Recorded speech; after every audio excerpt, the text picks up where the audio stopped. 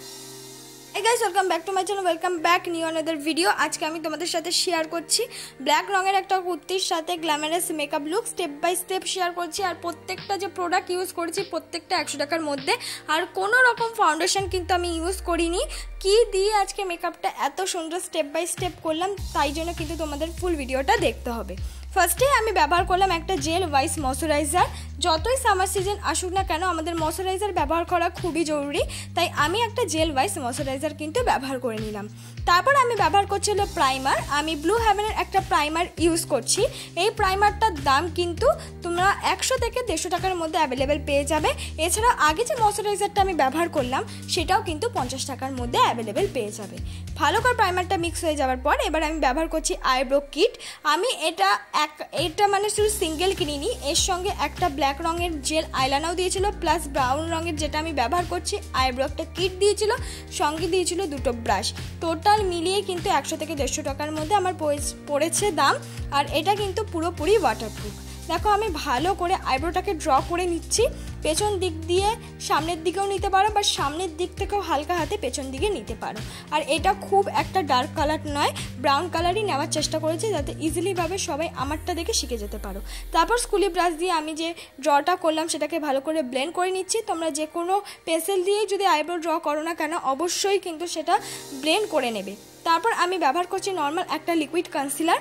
এই normal liquid কনসিলারগুলো খুবই ভালো, কিন্তু তোমরা কোনোদিনও অনলাইন থেকে এই নর্মাল লিকুইড কনসিলারগুলো 100 টাকার মধ্যে কেনার চেষ্টা করো না, সেগুলো কিন্তু ভালো আসে না। আমি কিন্তু অফলাইন থেকে কিনেছি 100 টাকার মধ্যে এই নর্মাল লিকুইড কনসিলারগুলো, আর বিভিন্ন রঙের শেডের অ্যাভেলেবেল পেয়ে যাবে।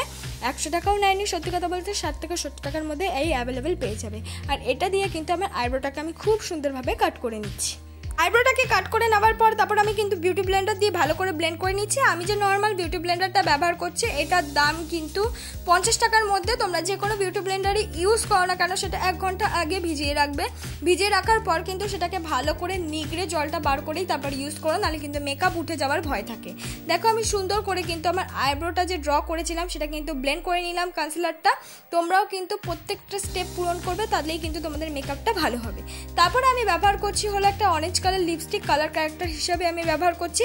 আমি এই অরেঞ্জ কালার লিপস্টিকটা কম্বো হিসাবে মেশো থেকে নিয়েছিলাম।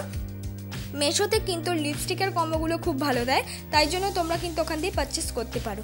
দেখো আমি এই অরেঞ্জ কালার লিপস্টিকটা যেটা নিয়েছিলাম একসাথে পুরোটাই নিয়েছিল 100 টাকা, তা এর সঙ্গে দিয়েছিল প্রায় 6-7টা লিপস্টিক। দেখো আমি অরেঞ্জ কালার লিপস্টিকটা আমার ডার্ক স্পটে কিন্তু আমি ইউজ করে নিলাম কালার ক্যারেক্টার হিসাবে। এই কালার ক্যারেক্টার হিসাবে ইউজ করে নেওয়ার পর তারপর কিন্তু কালার ক্যারেক্টার যে অরেঞ্জ কালারটা ইউজ করছি সেটাকে হাইড করার জন্য আমাদের কিন্তু একটা কনসিলার ইউজ করা খুবই জরুরি। যেহেতু আমার অনেকটা পরিমাণ আমার কালার ক্যারেক্টার লেগেছে, তাই আমি কিন্তু ফুল মুখেই মোটামুটি কনসিলার ইউজ করে নিলাম। তোমরা যে কোনো ব্ল্যাক স্পট মুখে থাকলে সেখানে যে অরেঞ্জ কালার লিপস্টিক বা কালার ক্যারেক্টার ইউজ করে থাকো অবশ্যই তার উপর কিন্তু একটা কনসিলার ইউজ করবে, নাহলে অরেঞ্জ কালারটা কিন্তু পরে যখন যে কোনো ফাউন্ডেশন দেবে সেটা কিন্তু ফুটে উঠবে।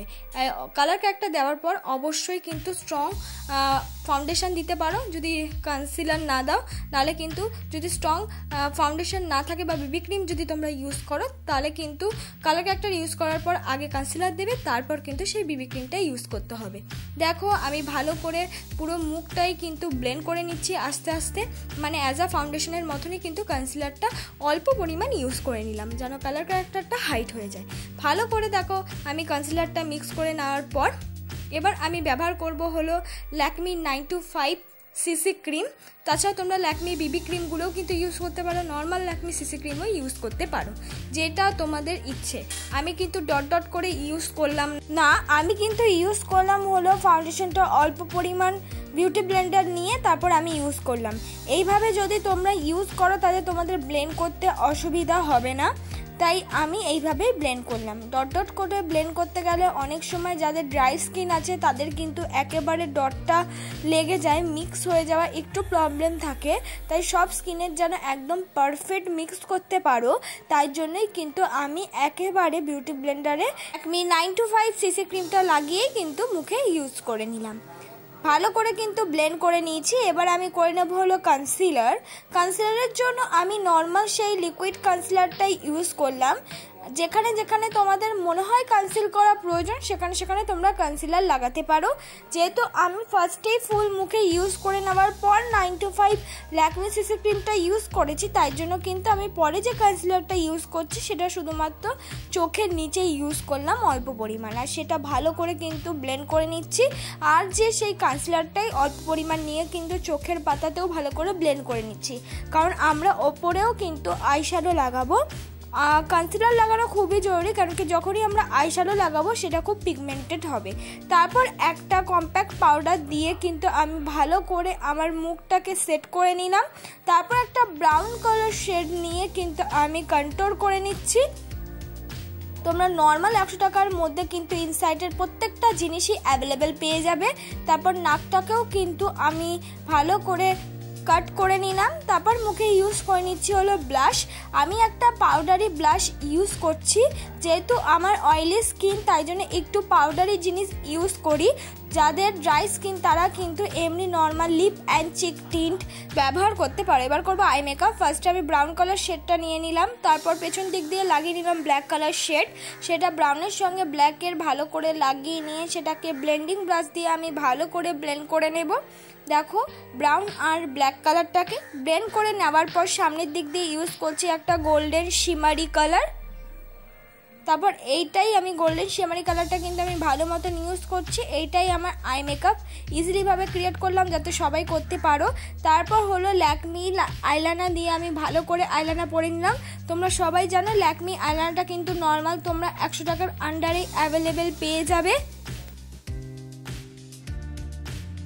তারপর আমি ব্ল্যাক শেডটা একটুখানি তুলিতে নিয়ে চোখের কর্নার বরাবর আমি অল্প ইউজ করে নিলাম।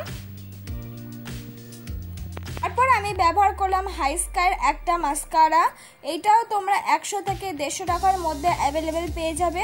তাছাড়া তোমরা কিন্তু ব্লু হেভেনের মাস্কারাও কিন্তু 100 টাকার মধ্যে অ্যাভেলেবেল পেয়েই যাচ্ছ। দুটো মাস্কারাই খুব ভালো, আমি বলবো হাইস্কাইটা কিনে দেখো, একদম অসম। তারপর আমি লাগিয়ে নিলাম মার্সের একটা হাইলাইটার। আর তোমরা চাইলে কিন্তু আইশ্যাডোর যে কোনো সিলভার শিমারি কালারটা অ্যাজ এ হাইলাইটার কিন্তু ইউজ করতে পারো। একদম যেরকম হাইলাইটার হয় ঠিক সেরকমই কিন্তু পিগমেন্টেড দেবে। এইটাই আমার ফাইনাল লুক বন্ধুরা। দেখো লুকটা ক্রিয়েট করেছি খুব সিম্পলভাবে, যাতে সবাই এই লুকটা ক্রিয়েট করতে পারো, বিগিনাররা বিশেষ করে। একদম সুন্দর একটা আই মেকআপের সাথে আমি এই লুকটা ক্রিয়েট করলাম। তোমরা চাইলে এই লুকটা গ্রাউন্ড থেকে শাড়ি থেকে যে কোনো জিনিসের সাথে কিন্তু ক্যারি করতে পারো। ব্ল্যাকের সাথে ক্যারি করতে হবে এমন কিছু নয়, রেডের সাথেও কিন্তু খুব ভালো লাগবে।